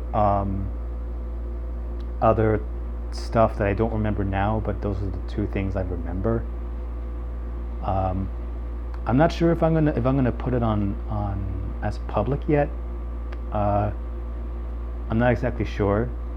I'll have to think about it. Maybe I will, or maybe I won't. But definitely, I definitely want to do these live streams more in the future. Absolutely. Do I live in New York? Yes, actually, I do live in New York. Not in the city, but I live in New York State. Last thing before I go, because it's about to be 2 hours and I have other things to get to. I want to give a shout out to a YouTuber named I don't remember the name. Dana Jaka, I think that's your name. I don't exactly remember, but I spoken to her like a not really too much, but I remember back in the 1,000 Suns era when that album was out, and I remember kind of speaking back and forth with her a little bit, just a little bit, not too much, and then she had commented on poor connection again. She had commented on some videos of mine that I made about 1,000 Suns prior, and in light of this news, I mean, she's made a couple of really awesome Linkin Park covers. And given the light of this news, I can't help but feel so sad for her, because she was a very hardcore Linkin Park fan. I can only imagine what she's feeling right now. Just very sad, distraught, lost for words, all of that. So shout out to Dina or Deanna. I'm sorry I mispronounced her name. As from one Linkin Park fan to another, I really, pretty much all of us here join with you in this time of mourning, and this time of just shock and grief, and also just remembering just the memories of what we had of Chester Bennington. So shout out to her. All right, this has been a blast. This has really been therapeutic. It's been really awesome, but I have to go.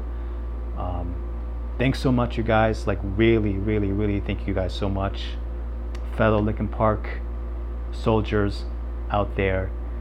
So once again, I say rest in peace, Chester Bennington. And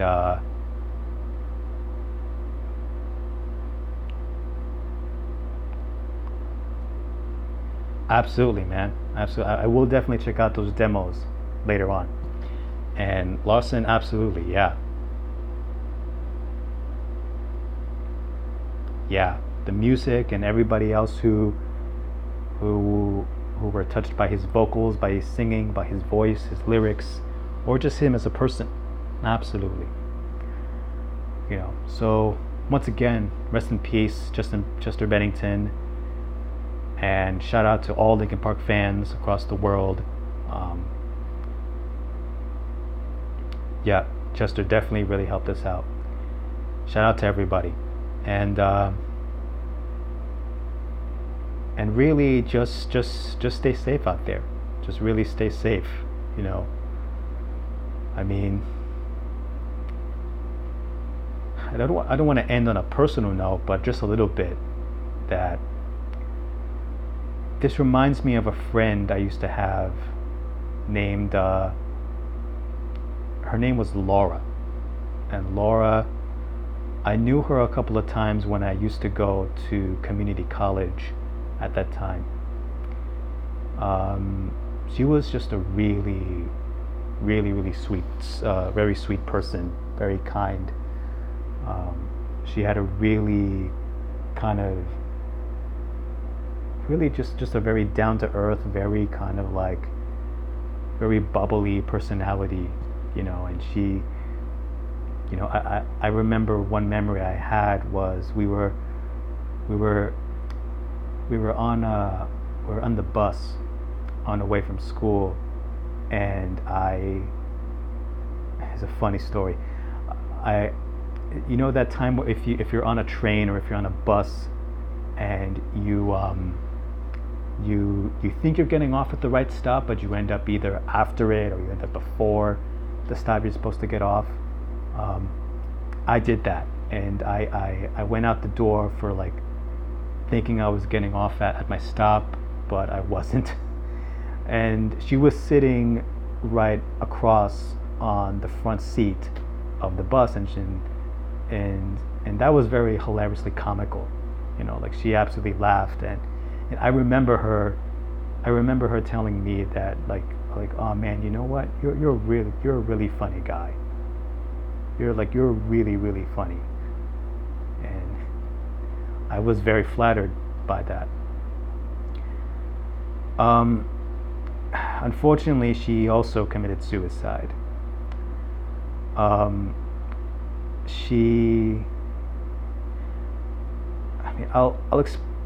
probably explain this more in depth in detail in a future video, but she also lost herself to suicide, and that was, I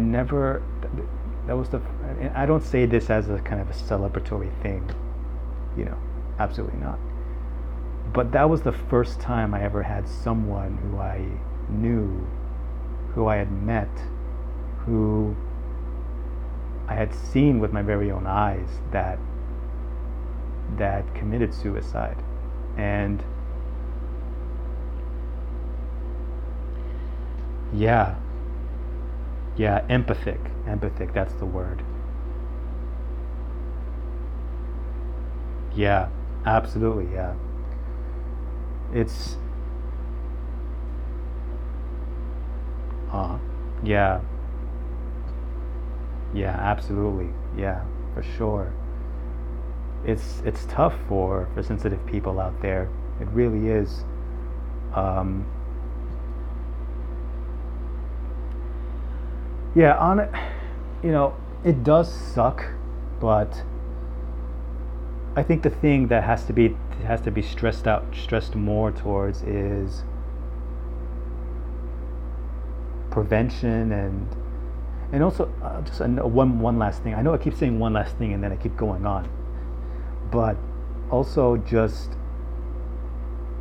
this stigma of mental awareness, of mental health. Um, it really is that, like that there's always a social stigma to the mentally ill, to the disabled. Always seems to be a social stigma towards that, and I think unless that stigma changes, unless people learn to be more sympathetic, to be less having an ego, then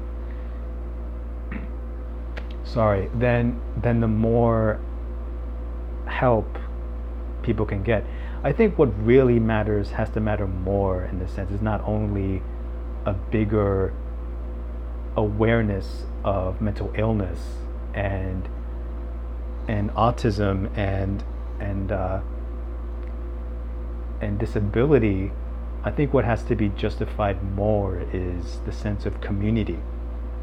And I say that ironically.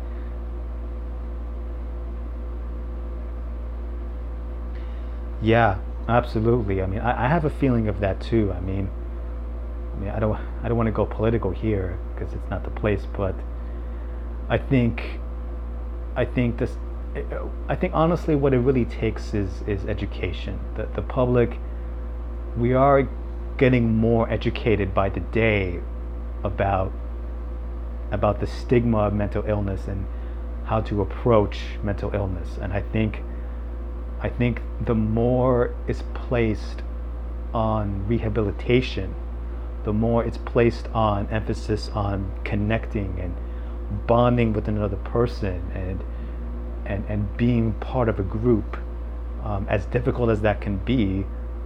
I think society, it is making strides. It is making steps and strides towards that realization that just to cure somebody in this kind of like 2 + 2 equals 4 formula is not enough. It's part of it, but it's not enough. There has to be more action done to reverse this stigma of mental illness.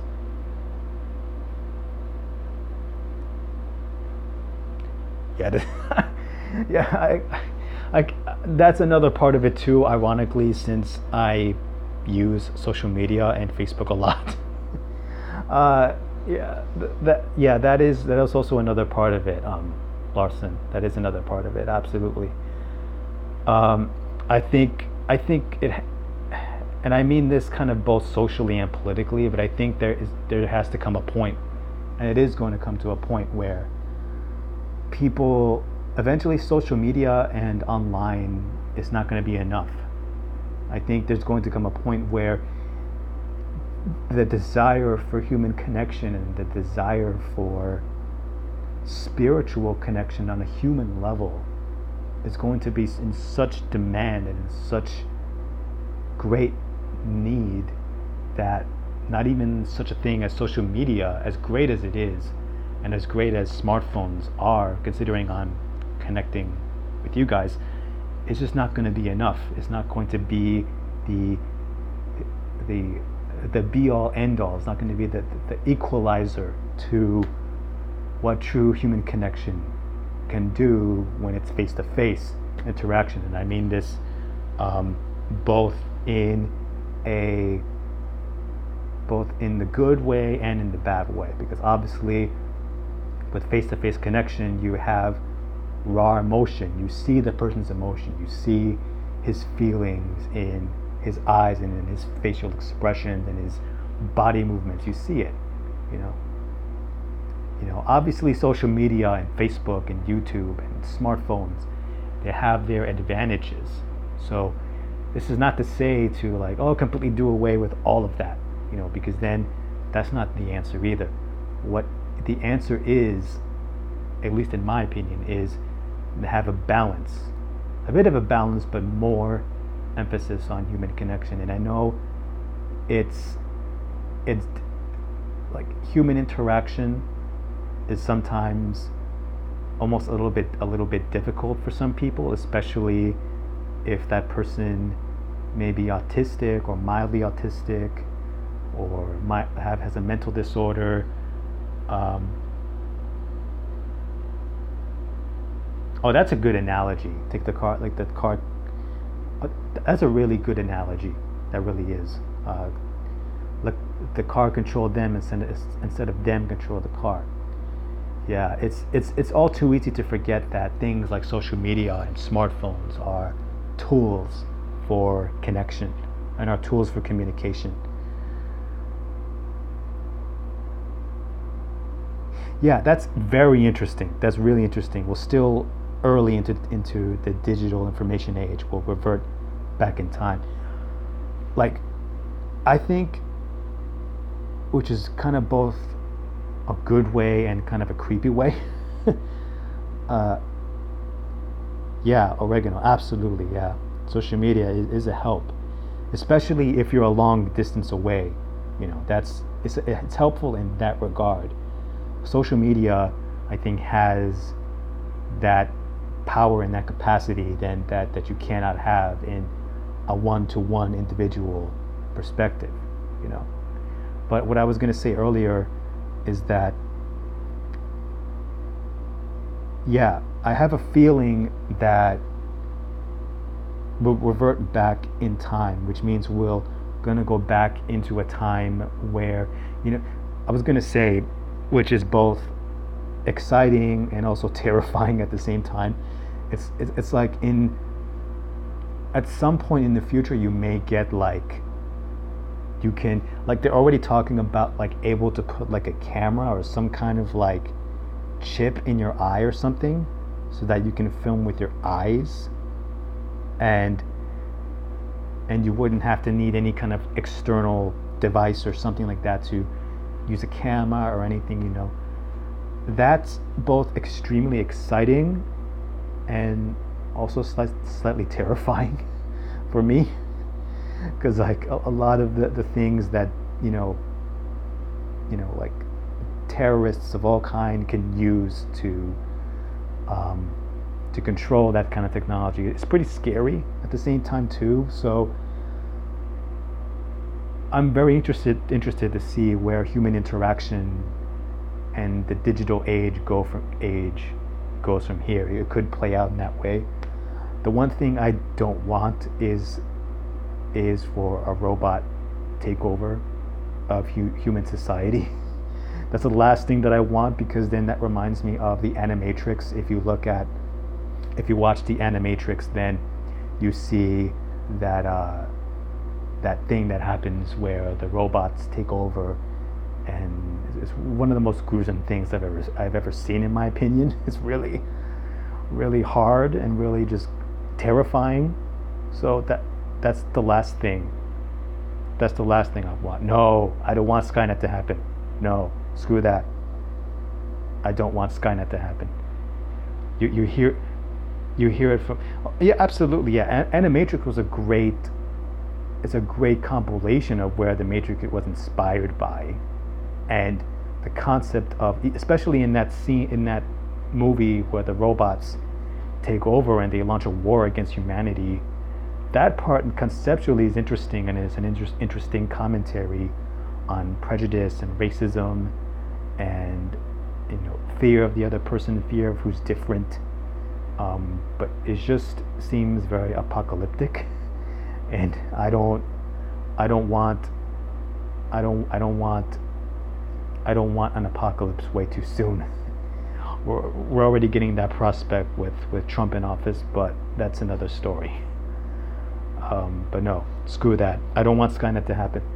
I'm not going to let it happen. Ironically, how I'm looking into the cell phone. Anyway, I really have to go. I really have to go. But anyway, thanks so much, you guys, or anyone who is watching this video a lot later after uploads. It's 2 hours, so I'm not sure how long this is gonna go. But if you manage to see the whole thing, then I applaud you, absolutely. Thanks a lot, guys. Really thanks a lot. Rest in peace, Chester. Hail Linkin Park, and they'll live on forever. Take care, guys. See ya. Bye.